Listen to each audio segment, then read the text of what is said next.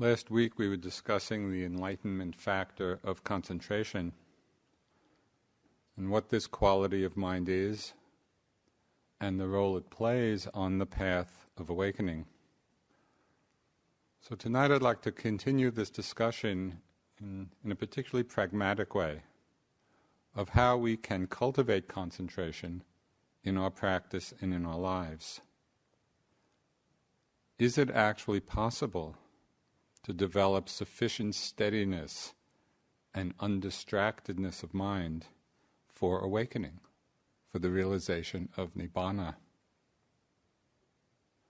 What is so powerful about the Buddha's teachings is that he lays out the path of practice in a very step-by-step way.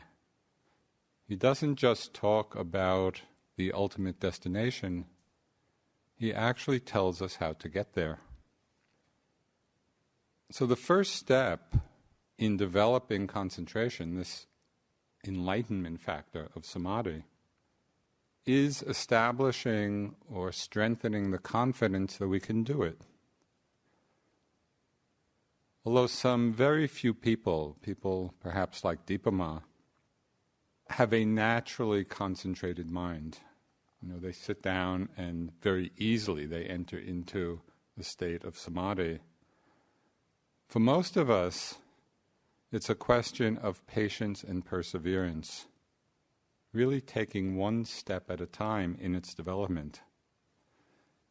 And as we do this, if we can practice in this way, then the factors of concentration, the other factors of awakening, of wisdom, gradually develop and are cultivated.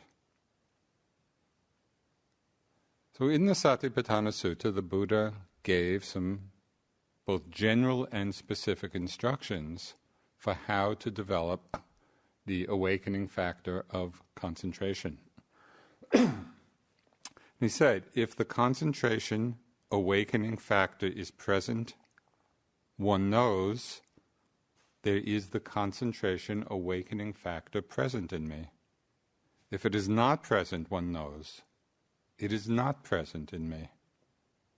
One knows how the unarisen concentration factor can arise and how the arisen concentration factor can be perfected by development.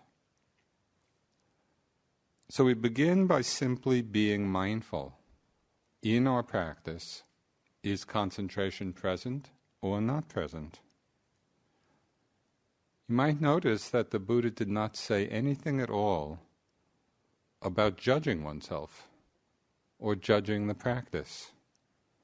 Rather, it's the simple, clear discernment of the present condition of mind. We are mindful. Is concentration present? Is it not present? Then, based on that assessment, we can practice arousing samadhi, one-pointedness, if it is not present, and we can develop it and cultivate it further if it is. So how do we arouse it? How do we develop it? In many places in the suttas, the Buddha taught that the foundation for concentration is sila, or morality. He said that if there is no virtue in our lives, the basis for concentration is destroyed. So we might hear this, and we probably have heard this many times, that sila, morality, virtue is the basis for concentration. We hear this and reflect that we're basically virtuous, moral people, that we more or less follow the precepts in our lives. And then we might quickly move on to great visions of mental absorption and supernormal powers and full enlightenment. Yeah, I've taken care of the sila part. Now all the rest will just follow. But I think it's helpful to examine a little more fully how all this works. Why is morality the basis for concentration? To really investigate this in our lives, because that's what gives it strength, that's what gives it power.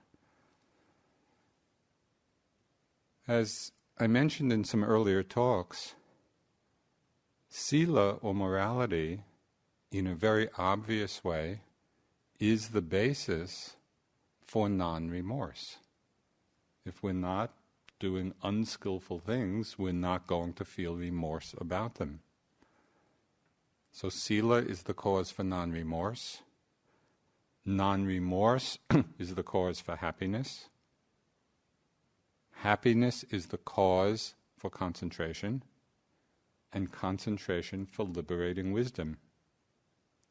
So we can just see this chain of dependent arising play out in our lives, and the opposite, how lack of sila causes remorse and regret and guilt and other unwholesome factors. So we can see this very directly in our own meditation experience. This is not just a theoretical progression. We've seen it many times in our own practice. Very commonly we're sitting or walking and past memories start to arise. Past memories of wholesome actions, past memories of unwholesome actions. The former, the skillful ones, when we think of them, when we remember, we know that they bring about a feeling of ease, a feeling of confidence. And when the unskillful memories, memories of unskillful actions arise, we do feel regret or remorse or sometimes guilt. A story which I've told many times over the years, but it's a very striking example of this, was when I was sitting in India, and my practice was getting somewhat deeper and the concentration was improving. And then this memory came back of my Peace Corps training, and how as part of the training we were killing chickens. And at that time, under the power, the great power of delusion, I had the thought, well, I'm a man, this is something I ought to be able to do. And so there was a kind of almost pride, right, in my undertaking this task. And I had a picture of me, somebody took this picture of, holding the chicken and then chopping its head off. And I had this big smile on my face, as if I had just done something noble. Well, years later in India, I'm sitting and practicing, and all of this comes back to mind. And of course, with the clarity of mindfulness, I saw how deluded I had been, and a tremendous amount of remorse overcame my mind. And it filled my mind for days. I kept reliving this scene and this picture. And of course, the concentration was completely gone, as I was just getting lost again and again in reliving this memory.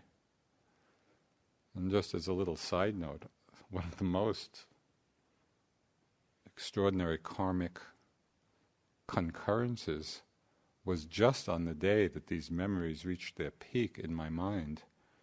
Every evening I was at the Burmese Vihar in Bodh Gaya. They would serve just some tea and a boiled egg. And just on that day, for the one and only time in my life, I cracked open the egg, and there was a little embryo chicken in it. It was just amazing.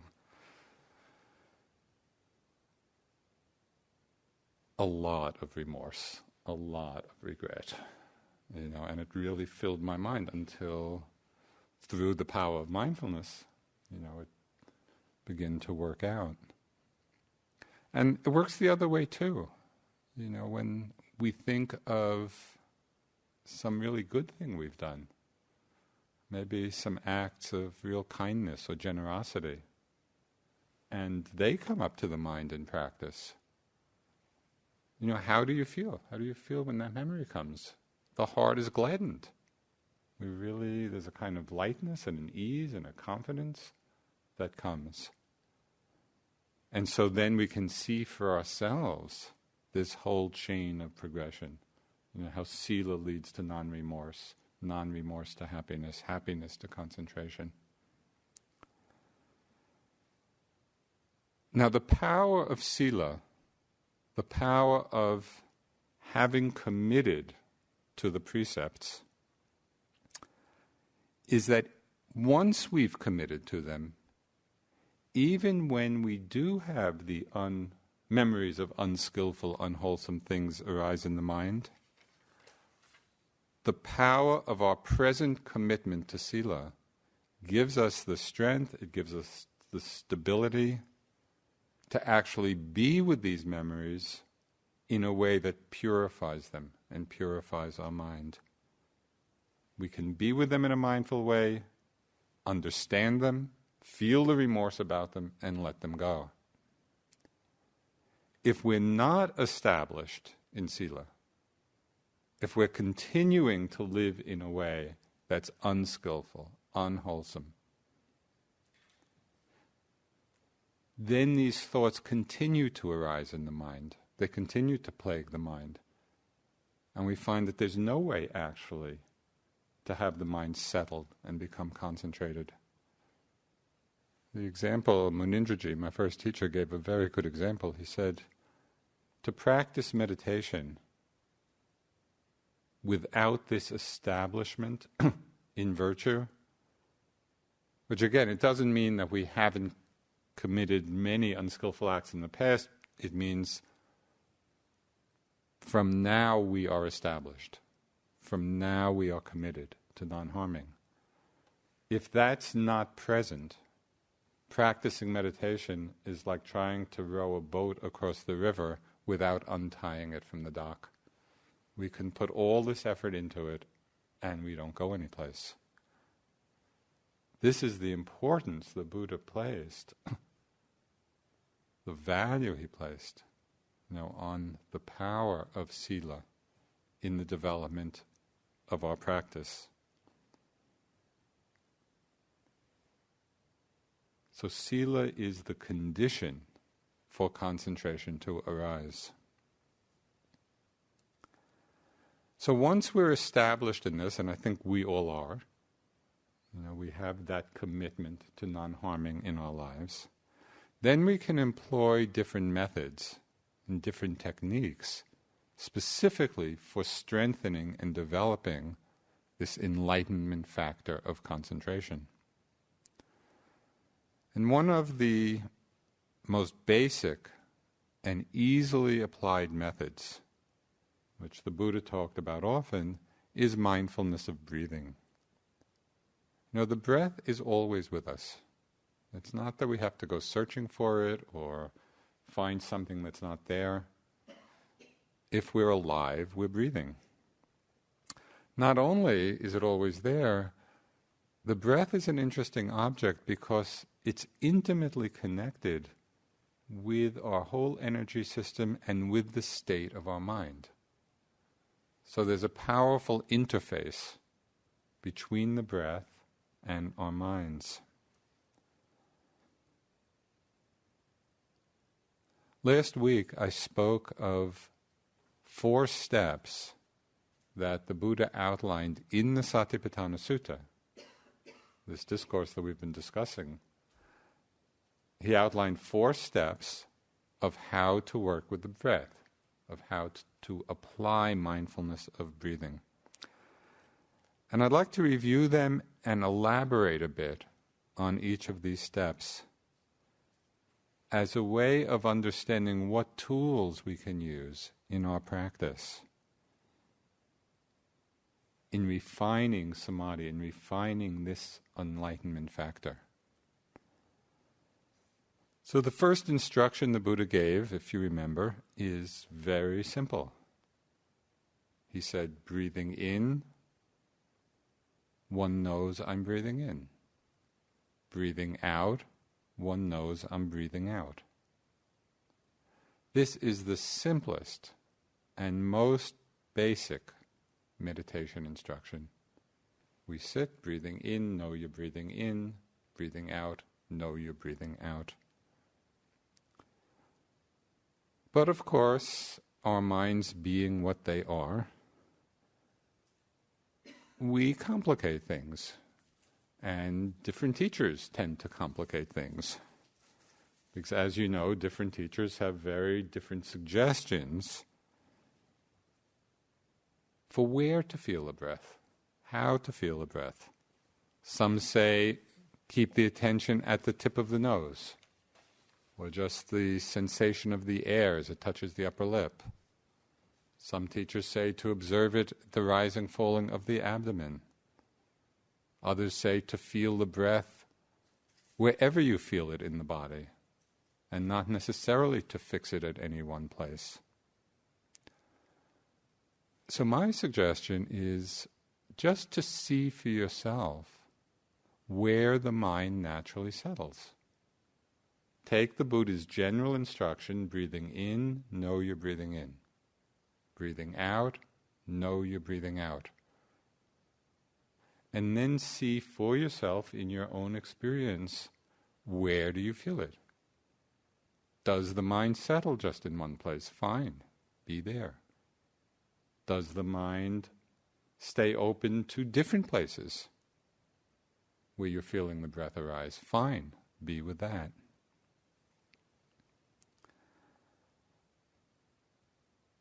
We can really learn to trust our own experience in following these instructions, because this first step is exceedingly simple. Breathing in, I know I'm breathing in. Breathing out, I know I'm breathing out.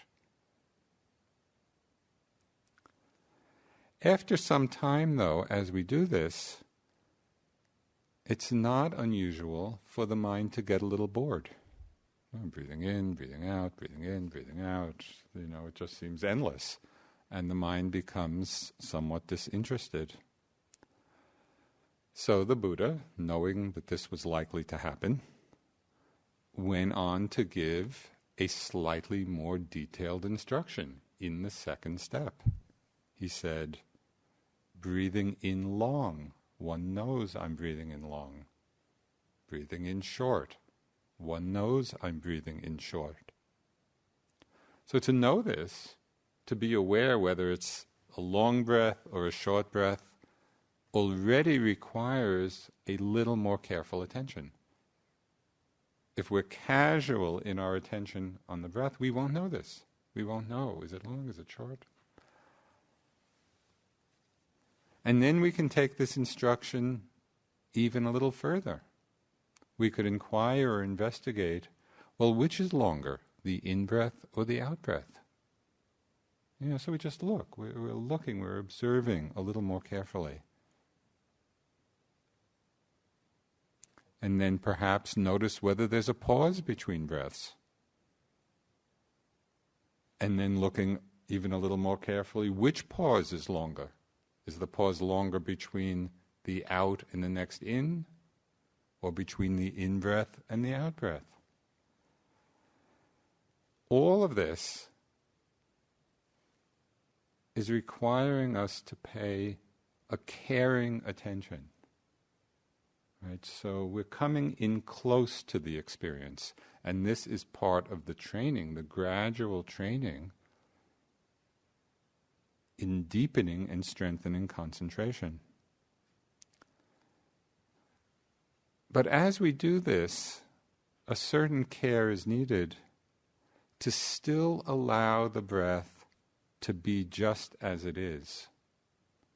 We don't want to interpret a close and caring attention to mean a forcing or a struggling with it or a trying to make something happen. We're not trying to make it long or trying to make it short or trying to have a pause or not have a pause.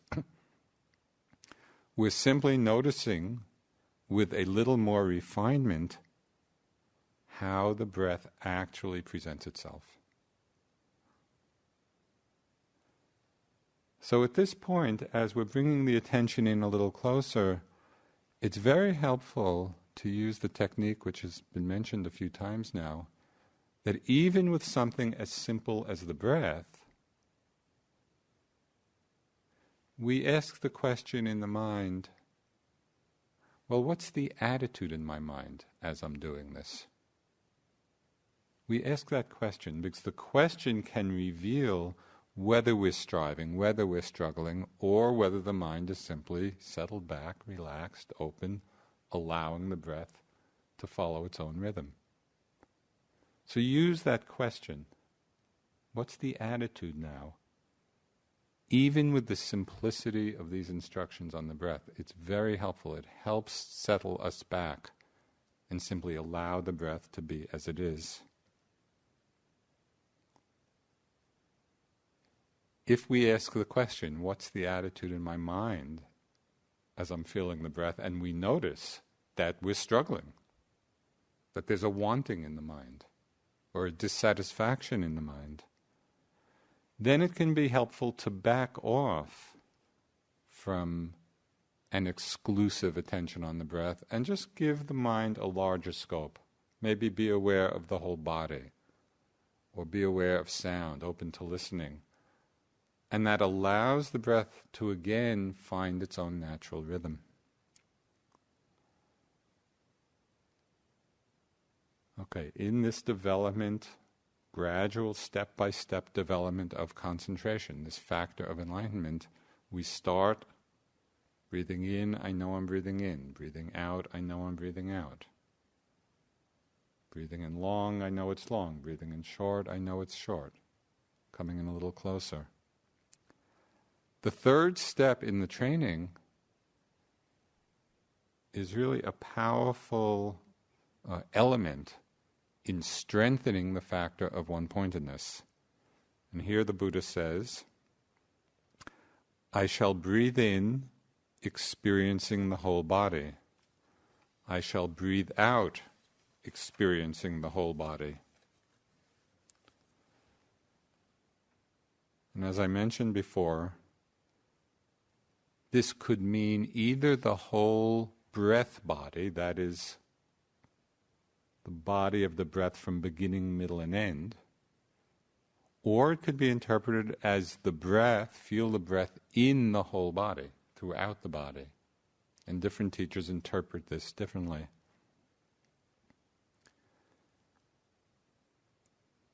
You can experiment for yourself. The point of this step, and it's a really critical one in the development of samadhi, is that it encourages us to make the attention continuous.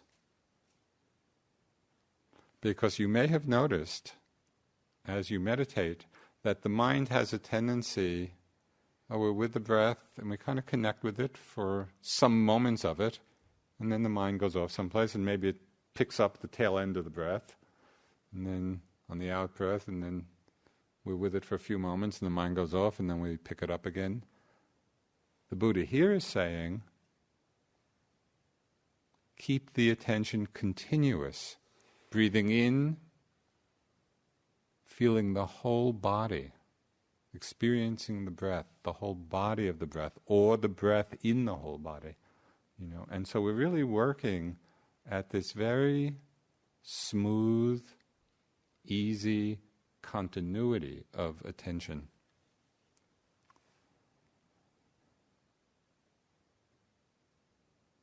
As we train in this step, it can be helpful to just inquire or investigate a bit. Well, as I'm with the whole breath, where in the cycle of the breath does my mind tend to wander? Does it wander more on the in or more on the out? Does it tend to go off more at the beginning of the breath or more at the end? Does it tend to wander in the pause? So we're just looking, we're learning about our minds, we're learning about the patterns of our minds, the tendencies that are there. When we recognize where in the breath cycle we are most likely to wander off, we can put up a little road sign at that place. The sign can say, observe carefully, mind wandering. It's just moose crossing.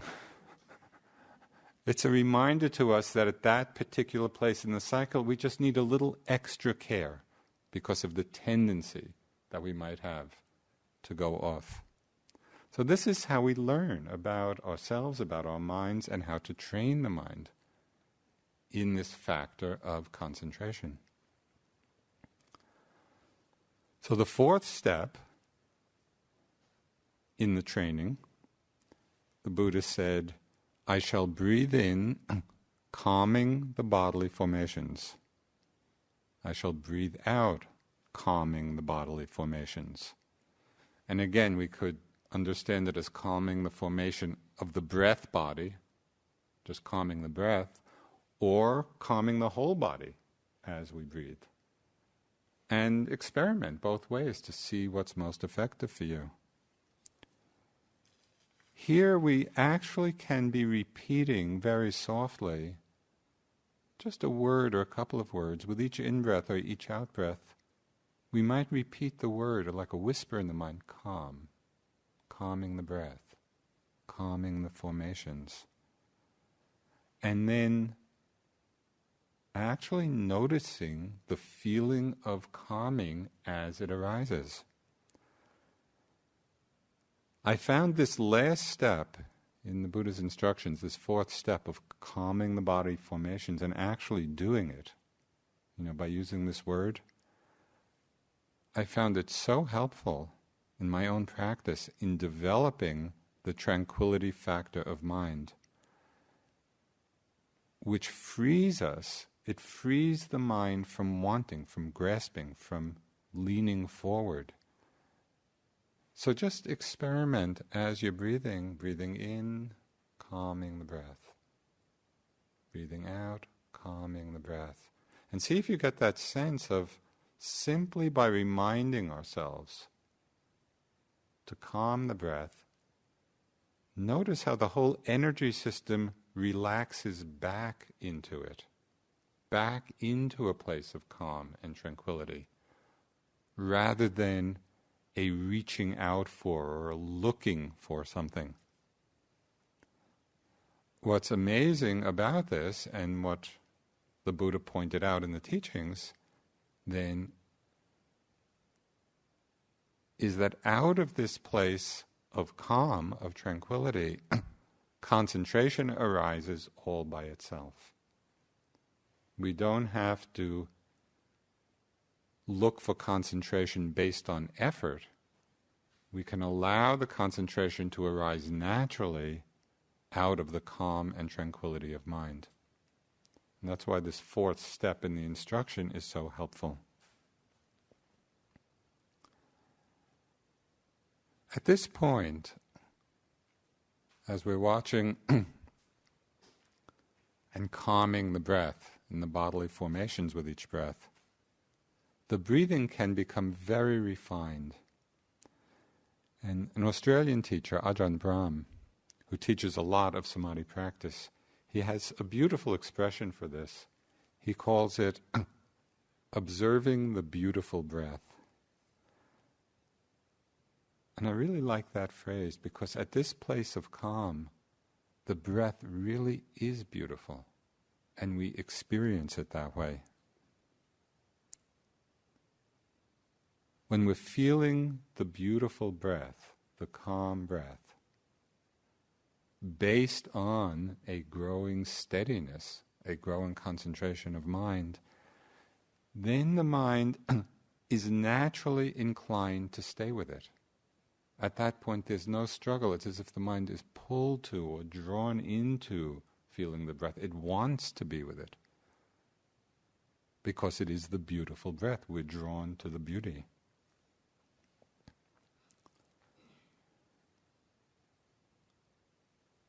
It's important to understand that the development of concentration is an art.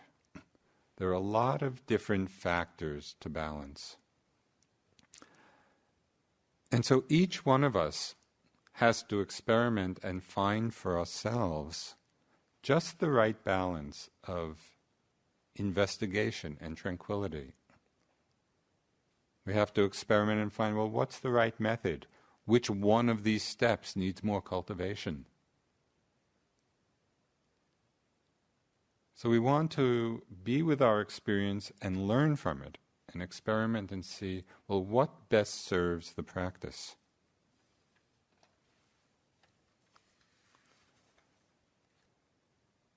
So we've worked through these 4 steps, having now established a certain level of stability of mind, a certain level of concentration.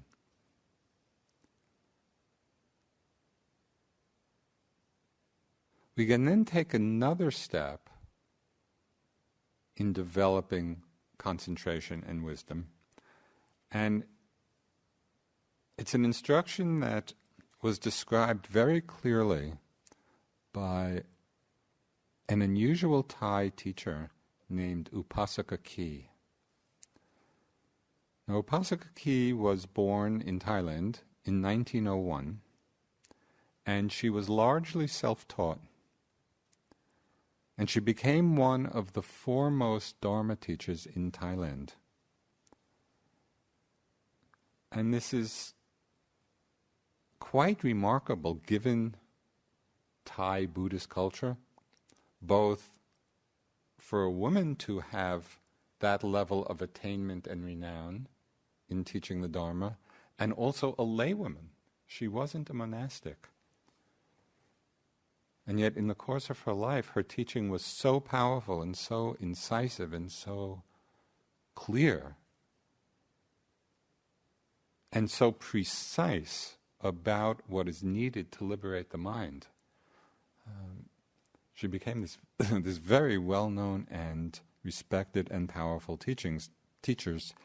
And her teachings are collected in a wonderful book, which has been translated into English, called Pure and Simple. And I would recommend you read it because it's really quite an extraordinary Dharma book. So in this particular teaching,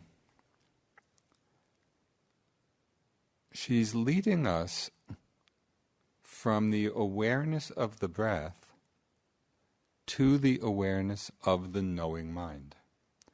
So I want to read just a little bit from her teachings in this book.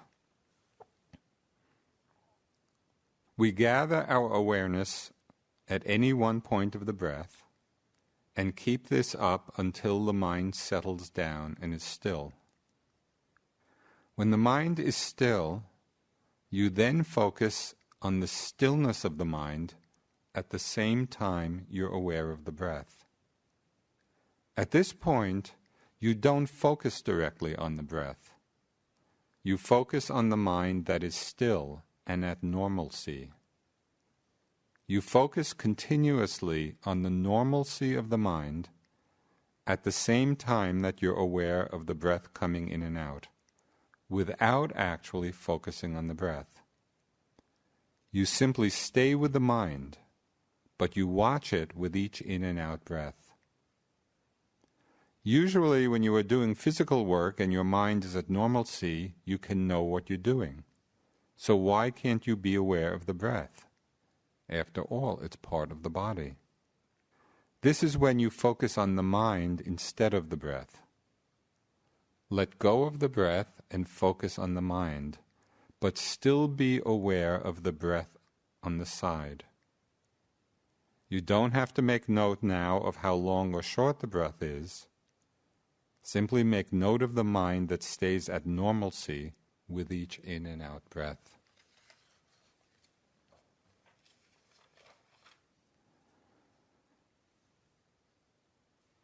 I'm not sure what the Thai word is, but I very much like the translation normalcy, because it points to something that's very helpful for us in our practice.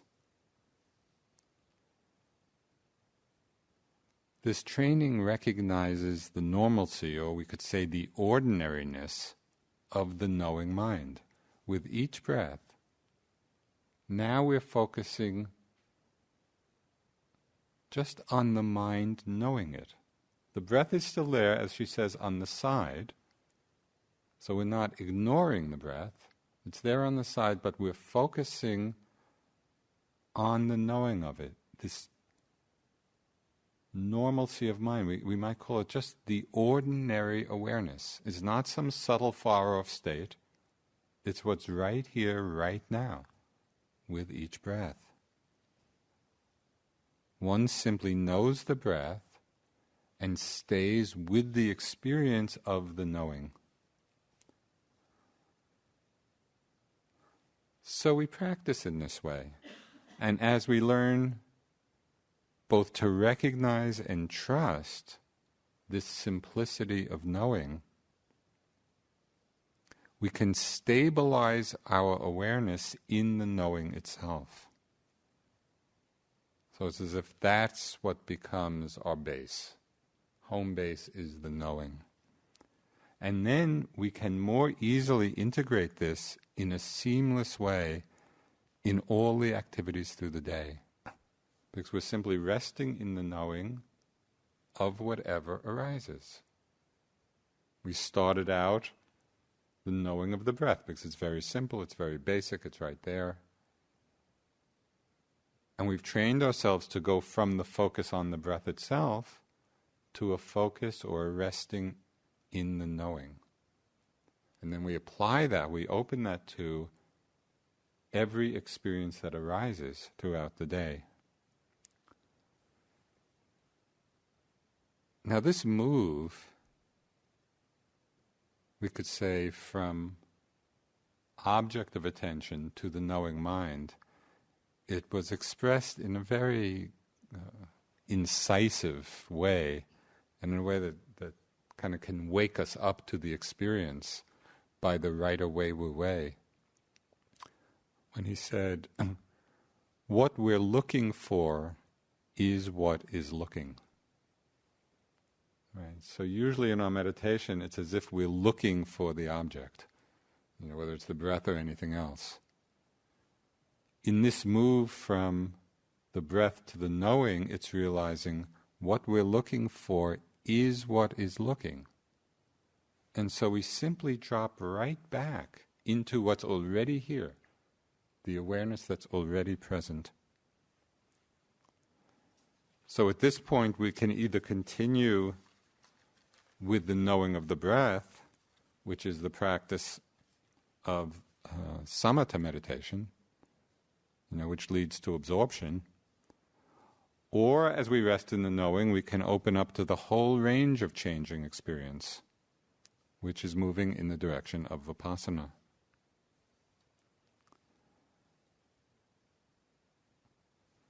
When we move in the direction of open awareness, resting in the knowing of whatever's arising,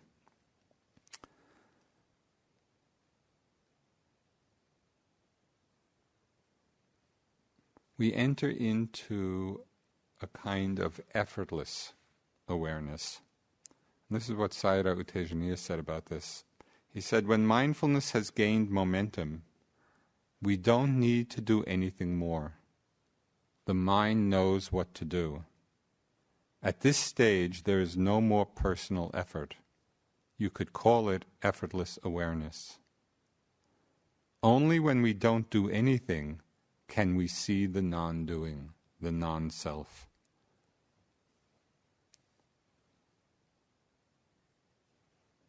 So again, all of this happens through the development of concentration, first on the breath, in the steps I mentioned.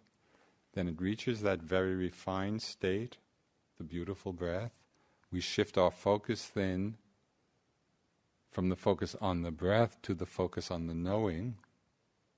We learn to recognize it, stabilize the mind in the knowing, open up to the knowing of whatever's arising. This is the experience, and we begin to have a very direct experience here of anatta, of selflessness, because we see that it's all rolling on by itself.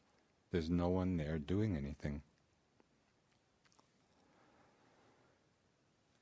Now, in any discussion of concentration and concentration practice, and even Vipassana practice, one of the most important issues that arises for most meditators is how do we relate to the many thoughts that arise in the mind? What's the relationship of thought? What's the role of thought or the hindrance of thought in this practice of concentration?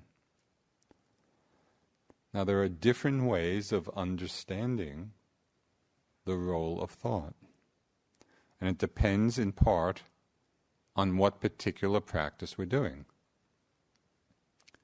If we're practicing a fixed object concentration for the purpose of developing absorption, then any object other than the designated one is a distraction.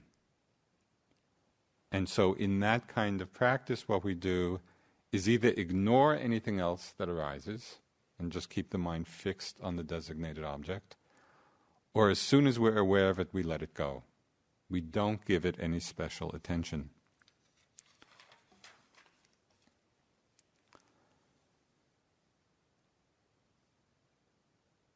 In insight practice, when we're practicing not fixed object concentration, but developing what we have called momentary concentration, which is the one-pointedness on changing objects, and this is the practice we do in Vipassana, there is a very different attitude that we bring to thoughts. And again, Sayadaw Utejaniya has expressed this way of relating to thoughts very, very well.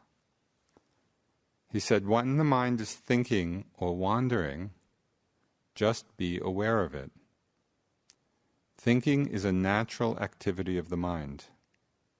You are doing well if you are aware that the mind is thinking. But if you feel disturbed by thoughts, or if you have a reaction or judgment of them, there is a problem with your attitude.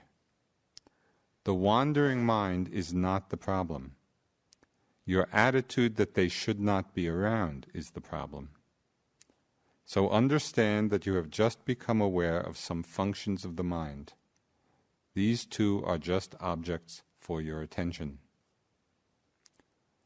When you feel disturbed by the thinking mind, remind yourself that you are not practicing to prevent thinking, but rather to recognize and acknowledge thinking whenever it arises. If you are not aware, you cannot know that you are thinking. The fact that you recognize that you are thinking means that you are already aware. Remember, it does not matter how many times the mind thinks, wanders off, or gets annoyed about something, as long as you become aware of it. So again, in the development of momentary concentration, momentary samadhi, in the progress of Vipassana, we don't so much see thoughts as a hindrance or a problem. They are simply something else to be aware of. And we want to practice being aware of them as close to the beginning as possible.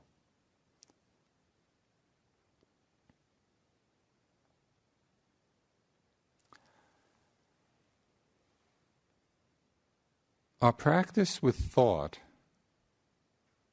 can show us very clearly how the different factors of enlightenment all work together in the service of liberation. So we can really use this very common phenomenon of the thinking mind to learn about how our mind works and how the factors of enlightenment join together in the service of freedom. So, for example, it's mindfulness which actually notices that a thought is present. Without mindfulness, we don't know. It's continuity of mindfulness, many moments of mindfulness in a row, that strengthens the steadiness of mind and the factor of concentration. Concentration arises from continuity of mindfulness. So we see how these two factors work together. The second factor of enlightenment, investigation of dhammas, which is the wisdom factor. This wisdom factor explores and understands both whether the thoughts are wholesome or unwholesome, and it also understands their essentially insubstantial nature. So we're using thought not seeing it as a problem, but actually using it as a vehicle for deepening our wisdom, deepening our understanding.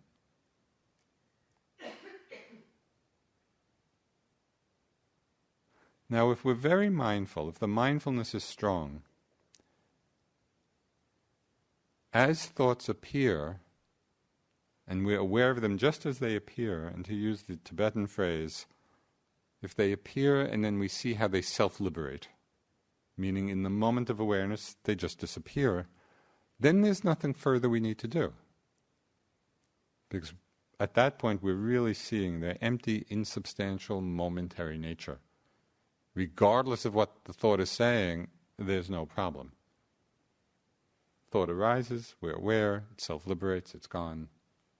We just go on. However, as we know, our mindfulness is not always that sharp.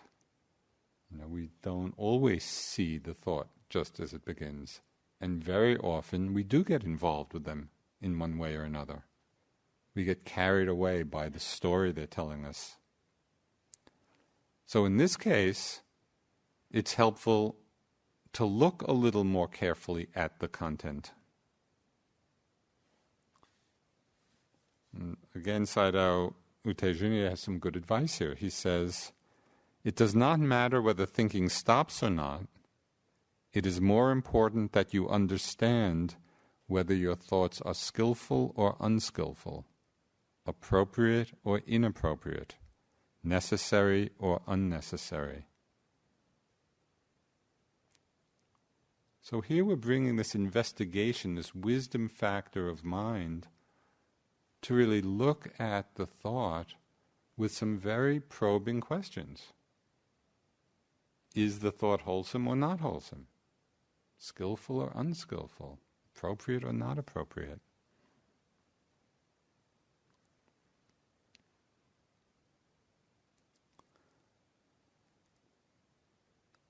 The Buddha compared the progressive refinement of the mind to various stages of refining gold.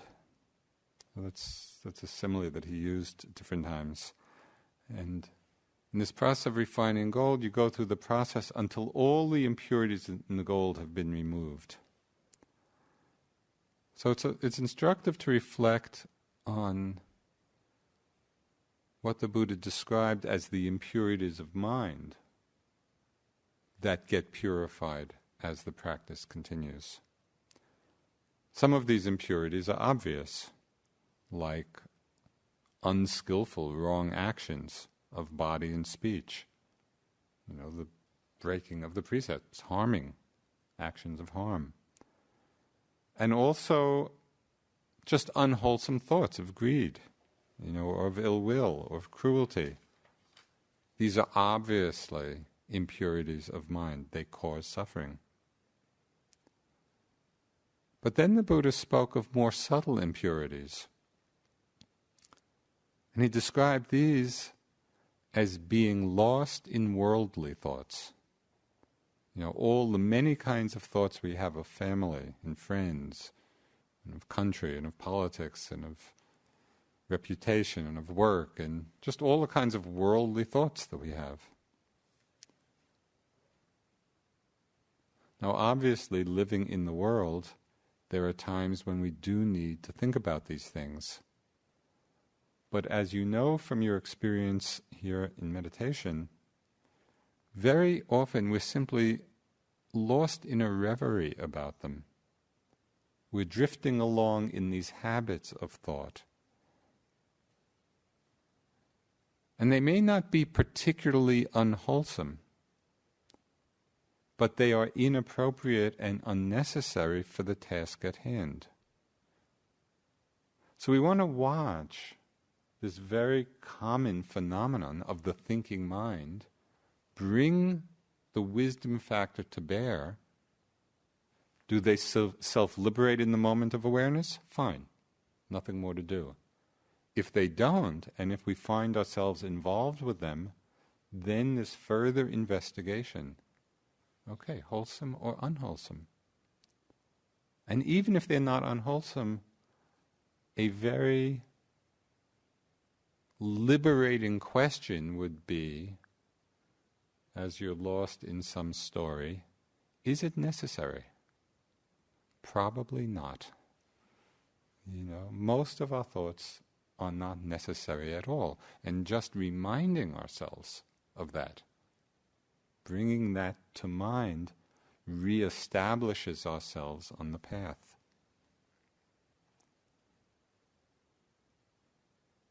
Then the Buddha talked of an even more subtle level of impurity. And it's one that's very seductive.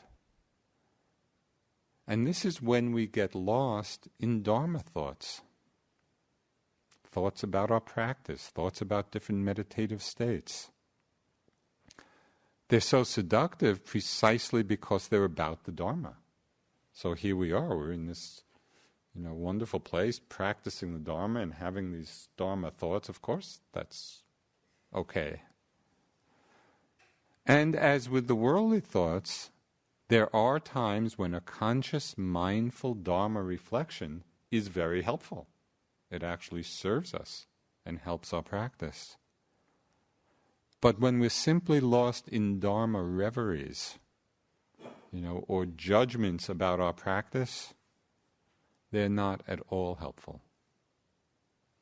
At that level, they are this subtle impurity. So when we become aware of all of these different kinds of thoughts, both the obviously unwholesome, the ones that are not so unwholesome but just not necessary, and these Dharma thoughts that are not serving us, where we're really just lost in a reverie about them, we can practice understanding them for what they are and letting them go. As we do this, as the mind gets purified in this way, like purifying gold, the mind becomes inwardly steadied. It becomes composed, it becomes unified. This factor of samadhi, this factor of concentration becomes strengthened. It's a quality of concentration that is very calm, that is very refined. It's really achieved deepening levels of mental purification.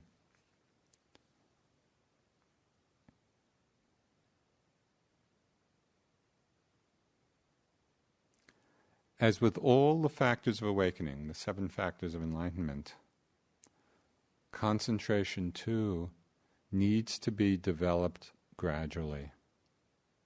The Buddha used the example of the ocean floor gradually sloping away. It's not that we sit down and in one sitting all of a sudden we've attained to the highest levels of samadhi. Rather, it's a gradual development, it's a gradual sloping. Everything is possible if we just proceed with patience, with perseverance. We might take as an example, and I love this little story, of Pablo Casals, the great cellist. It said that he still practiced 3 hours a day when he was 93 years old. This was a great master. When he was asked why he still practiced at that age, he said, "I'm beginning to see some improvement." So I'd just like to close with a few verses from the Dhammapada, which is a reminder to us, in the Buddha's own words, of the nature of our minds and what we can accomplish. He said, "Just as an arrowsmith shapes an arrow to perfection, so does the wise person shape the mind, which is fickle, unsteady, vulnerable, and erratic. How good it is to rein the mind, which is unruly, capricious, rushing wherever it pleases. The mind so harnessed will bring one happiness. Your worst enemy cannot harm you as much as your own unguarded thoughts. A well-directed mind creates more well-being than even the loving actions of parents towards their children.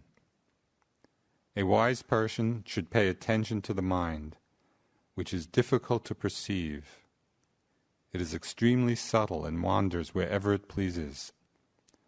The mind well guarded and trained will bring one happiness. Let's sit for just a couple of minutes.